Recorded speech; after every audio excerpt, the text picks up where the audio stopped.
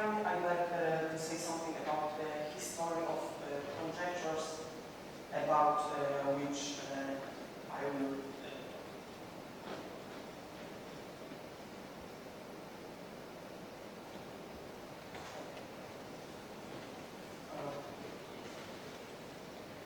work on the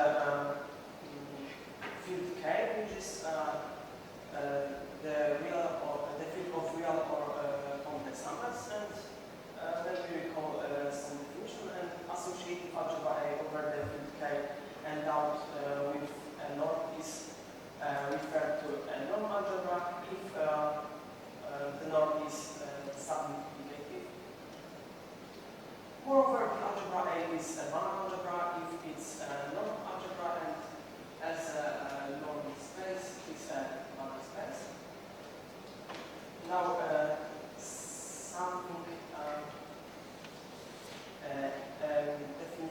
some definition from algebra.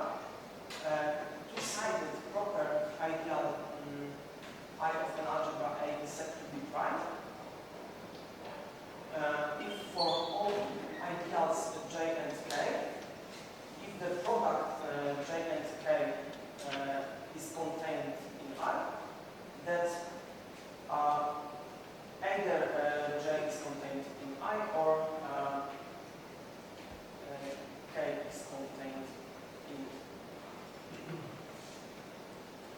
two-sided ideal I of an algebra A is said to be semi-prime if for each ideal J of A, if J squared is contained in A, then J is a subset of I. And an algebra A is prime, respectively semi-prime, if the zero ideal is prime, respectively semi-prime.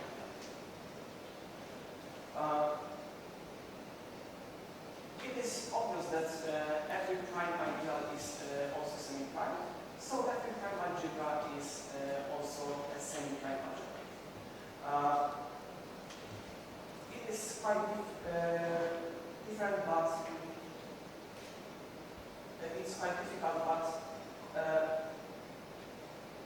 there is one thing in which we should prove in this point. This point says that an algebra A is semi-prime if and only if the only nilpotent ideal is the zero ideal. It's trivial that ideality of an algebra A is prime, semi-prime, if the quotient algebra A over I is prime, respectively semi-prime. And the notion of prime semi-prime algebra is an analog of the notion of integral respectively reducibly in commutative algebra. Let me recall that linear mapping is said to be derivation if it satisfies Leibniz rule.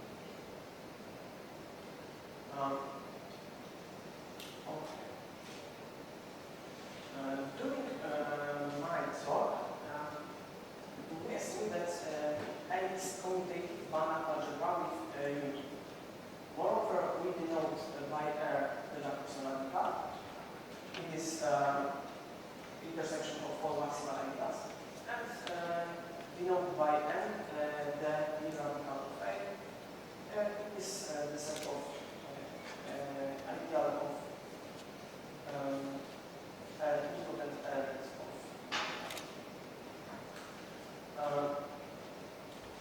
I will need the very important for me object in this talk. It is the separating ideal of a derivation. I will denote this ideal by S of D, and it is defined by this topological formula. In fact, it's ideal of A, and it is a closed ideal. Moreover, of course, by the closed graph theorem, D is continuous even only if the separating ideal is equal to 0. next important for me object is the set of this element of algebra A, which annihilates the separating ideal. It is, of course, the annihilator ideal of the separating ideal. I want to present a proof of the following theorem.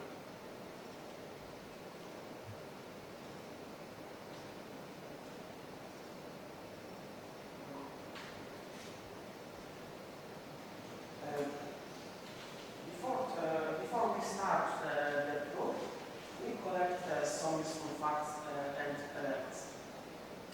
Let me show you remark 3.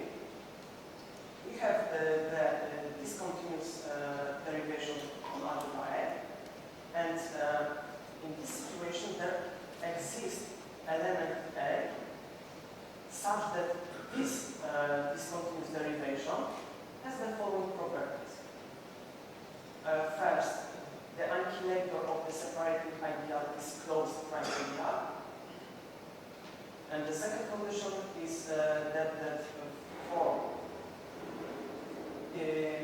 every element from algebra A, either x annihilate the separating ideal, or this product is dense in the separating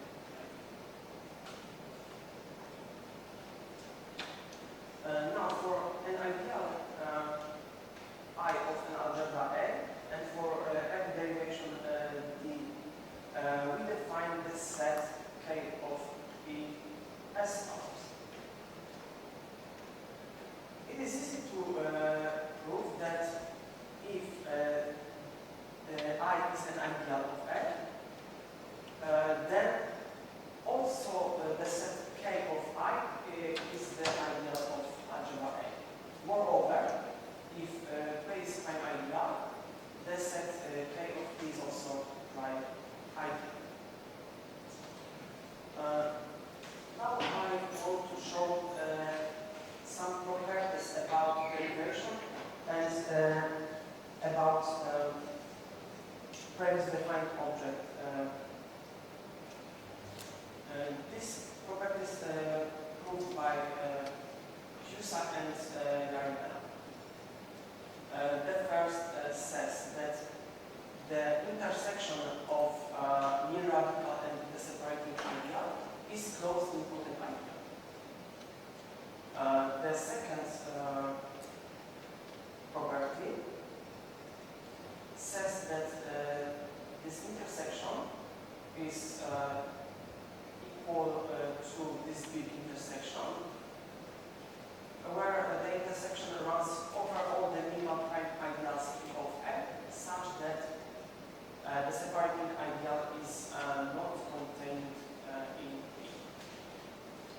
The third property is similar to the second, but we assume that the separating ideal is not important.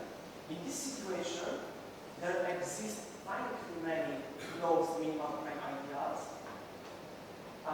such that this condition is satisfied, and we have this equality. And the last one, the separating ideal S of D is important if and only if this intersection is important where R is the Jacobson radical of algebra.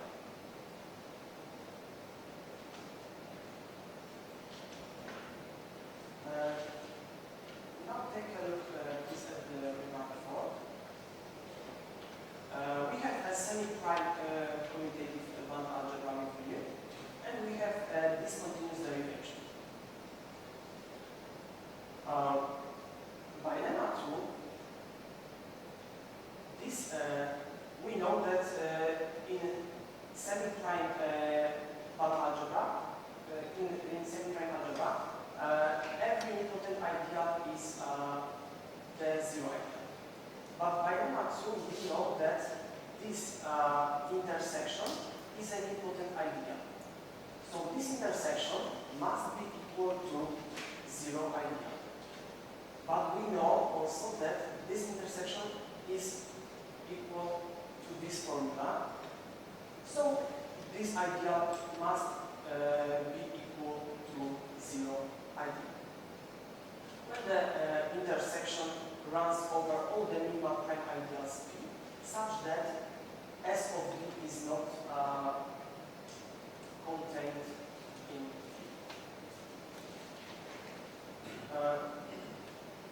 Let me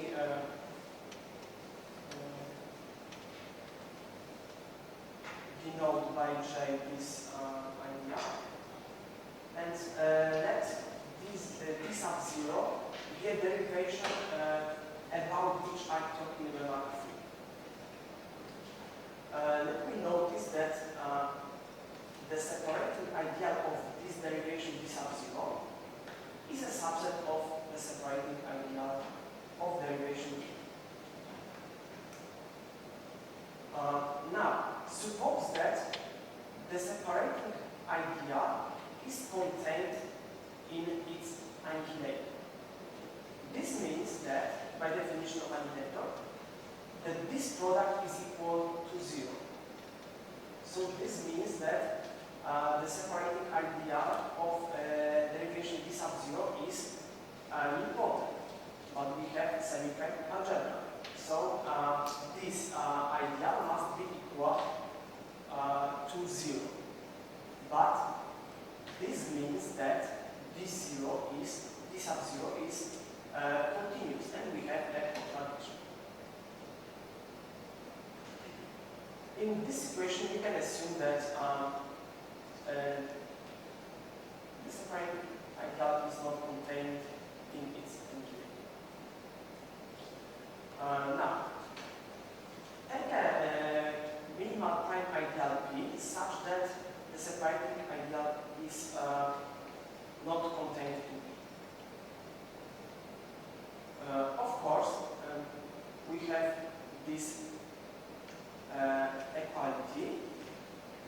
So, because P is prime, we get that either this separating ideal is contained in P, or this annihilator is contained in P. Now, suppose that this separating ideal is contained in P for each minimal prime ideals satisfying this condition.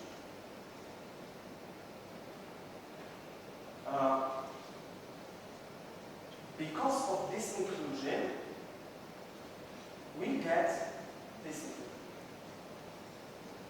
But as we said, J is the 0 ideal, so we get that the separating idea of derivation D sub 0 is equal 0, which means that D sub 0 is continuous and once again a contradiction. So this means that there exists a minimal prime ideal, say P0, such that the annihilator is contained in P0.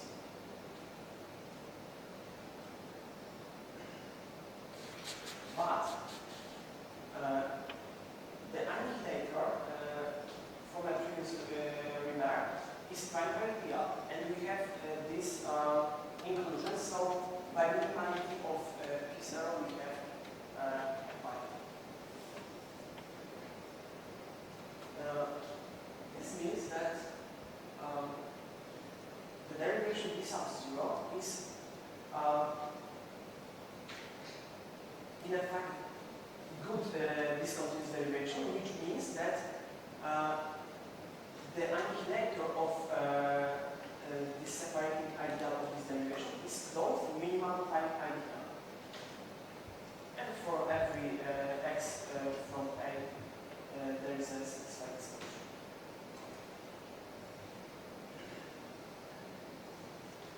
Okay.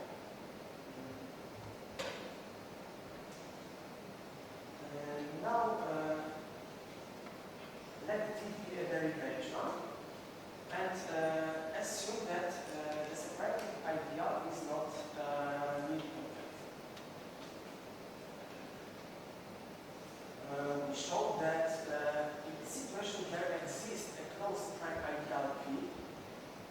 which satisfy two conditions. The first condition says that k of p is equal to p, and the second says that p contains neither the Jacobson radical nor S of p. Please take a look at the proof. Because S of t is not important, so we can use lemma 2. And lemma 2 says that there exist finitely many closed minimal prime ideals P1 to PQ, such that S of t is not contained in P sub k, and we have this equality. Now, suppose that the Jacobson radical is contained in every such P sub k. This means that the intersection of Jacobson radical and this radical is a subset of this big intersection, which is equal to this intersection, which is obvious a subset of nil radical. This means that this intersection is a nil ideal. It's trivial that it is closed ideal. So this ideal as a nil closed ideal is also a nilpotent ideal because it is known that every Banach nil algebra is a nilpotent algebra. Okay, but if this ideal is nilpotent, we get that the separating ideal is also nilpotent. But we have assumption that the separating ideal is not nilpotent, and we have a contradiction.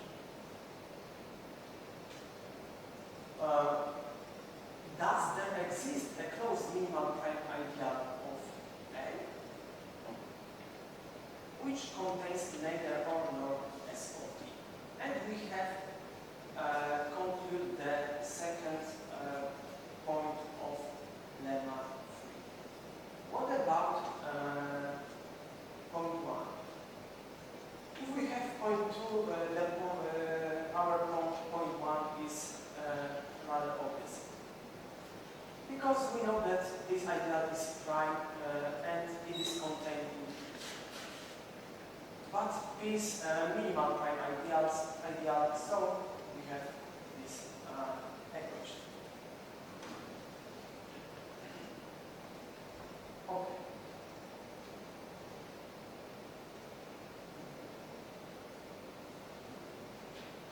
Now take a look at next remark. Next simple remark. We have a derivation D and a closed ideal of algebra A. And we assume that this ideal is invariant under the derivation. In this situation, we obtain the map, the induced map, the type which is defined in this model. This induced map is well-defined derivation from the quotient Banach. Moreover, if the separating ideal of the induced derivation is equal to 0, then the separating ideal of derivation D must be contained in I, in the ideal.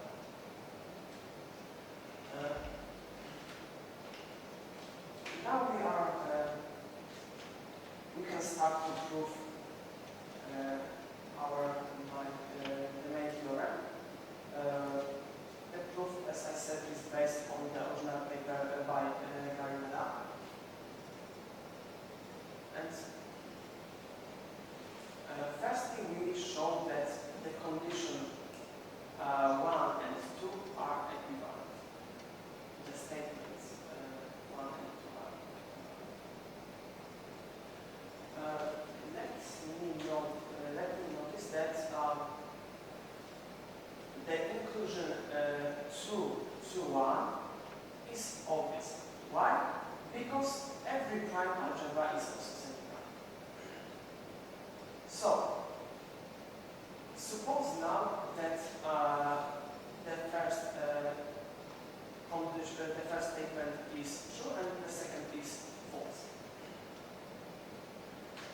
Then by remark 4, there exists a good discontinuous derivation, which means that the annihilator of the separating ideal is closed minimal prime ideal.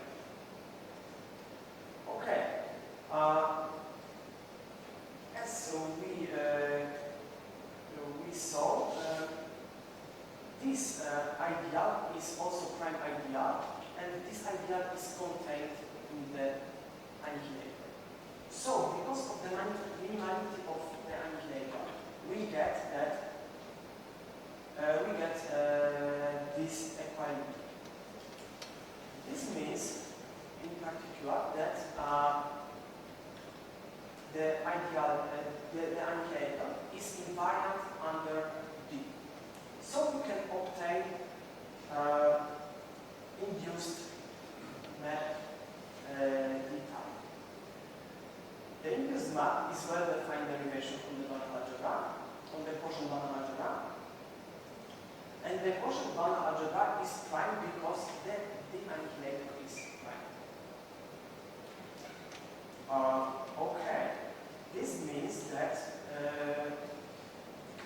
by assumption, by statement 1, the type must be continuous derivation. This obviously implies that the separating ideal is the zero ideal. So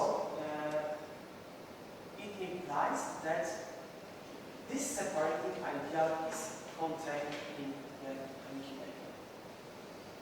So we get this equality, which means that the separating ideal is nilpotent, and because the algebra A is semi-prime, we get that this ideal is the zero ideal, and we have a contradiction with discontinuity of the derivation.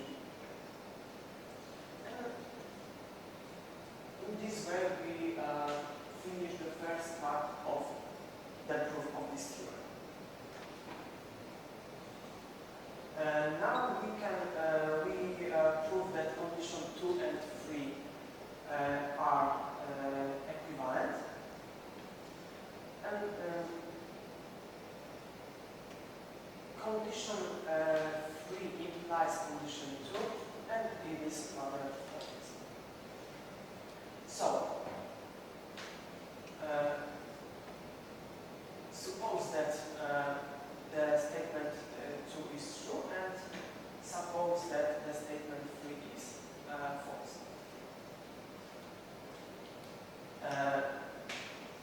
Thus, there exists a derivation D